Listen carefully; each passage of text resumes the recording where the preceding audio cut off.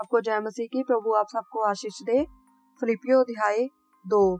मसीह की दीनता और महानता।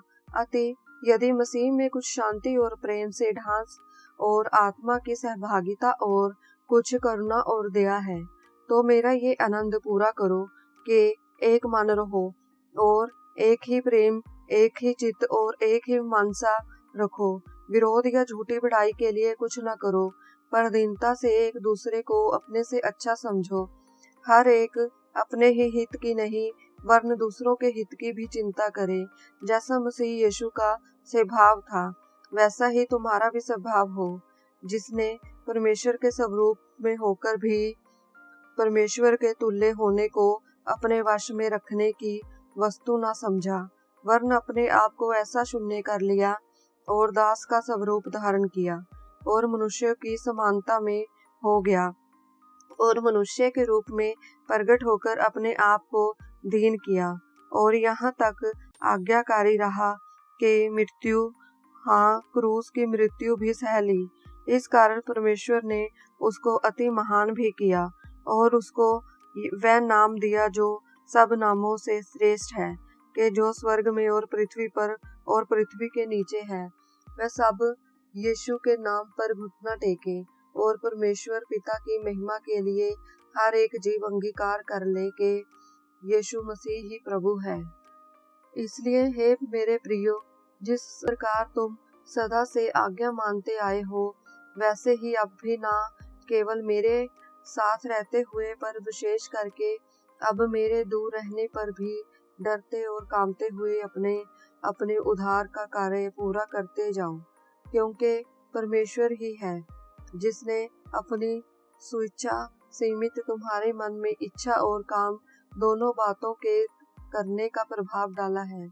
सब काम बिना कुड़कुड़ाए और बिना विवाद के किया करो, ताकि तुम निर्दोष और भोले होकर टेढ़े और हठीले लोगों के बीच परमेश्वर के निष्कलंक संतान बने रहो, जिनके बीच में तुम जीवन का वचन लिए हुए जगत में जलते दीपकों के समान दिखाई देते हो, कि मसीह के दिन मुझे घमंड करने का कारण हो कि ना मेरा दौड़ना और ना मेरा परिश्रम करना व्यर्थ हुआ। यदि मुझे तुम्हारे विश्वास रूपी बलिदान और सेवा के साथ अपना लहू भी बहाना पड़े, तो भी मैं आनंदित हूँ और तुम सब के साथ आनंद करता हूँ। वैसे ही तुम भी आनंदित हो और मेरे साथ आनंद करो।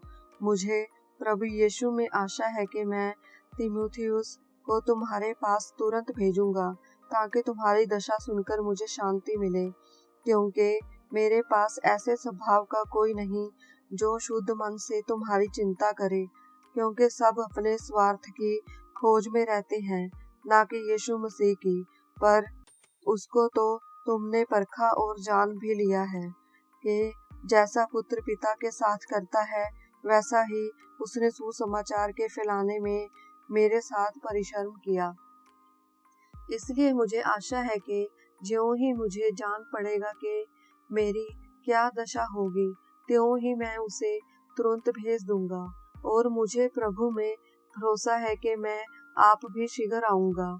पर मैंने अपफ्रुदीतुस को, जो मेरा भाई और सहकर्मी और संगी योद्धा और तुम्हारा दूत और आवश्यक बातों में मेरी सेवा टहल करने वाला है, तुम्हारे पास भेजना आवश्यक समझा, क्योंकि उसका मन तुम सब में लगा हुआ था। इस कारण वह व्याकुल रहता था, क्योंकि तुमने उसकी बीमारी का हाल सुना था।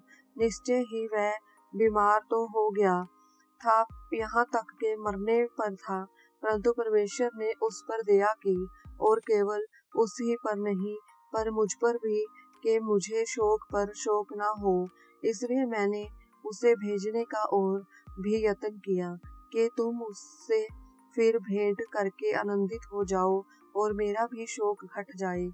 इसलिए तुम प्रभु में उससे बहुत आनंद के साथ भेंट करना और ऐसों का आदर किया करना, क्योंकि वह मसीह के काम के लिए अपने प्राणों पर जोखिम उठाकर मृत्यु के निकट आ गया था, ताकि जो घटी तुम्हारी ओर से मेरी सेवा में हुई उसे पूरा करे। आमीन। प्रभु आप सबको आशीष दे।